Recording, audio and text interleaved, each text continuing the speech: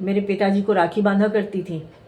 जब पिताजी नहीं रहे तो हम लोग रक्षाबंधन पे एक बार उनके घर नहीं गए, तो राम जी पांडे जो उनके दत्तक पुत्र जैसे थे, उन्होंने उनको हमारे घर भेजा और उन्होंने आके कहा कि भाई देवी जी कह रही थी कि भैया दूज और राखी पे जैसे वो पेश आते थे वैसे ही उनके परिवार के लोग आते रहे, मुझे बहुत खाली लगता है।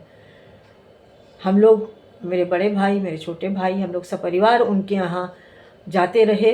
वो हम लोगों को टीका करती थी, अपने हाथ से नारियल देती थी और उस ज़माने में 21 रुपया 11 रुपया जो वो देती थी, हम लोग तुरंत उसको ले जाकर कॉफ़ी हाउस डोसा खा के ख़त्म कर देते थे। हमेशा बहुत ही प्यार से मिलती रहीं और उन्होंने बहुत सीखें दी, बहुत चीज़ें सिखाई।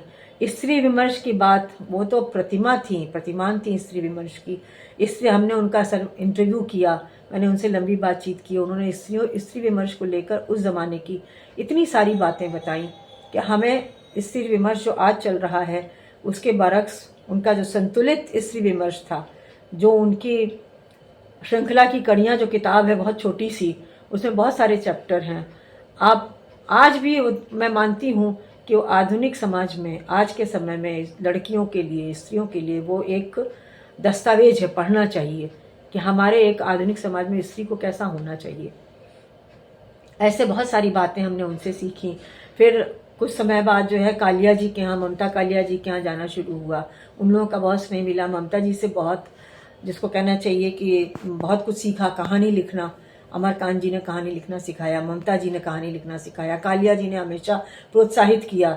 अगर मैंने कोई बात कही तो वो तुरंत कहते थे तुम ऐसे ही बस इसको लिख के दे दो हमको। तो हम उनसे कहते थे लिखने में टाइम ना लगाओ, जैसे तुम बोल रही थी बस वैसे ही लिख के दे दो।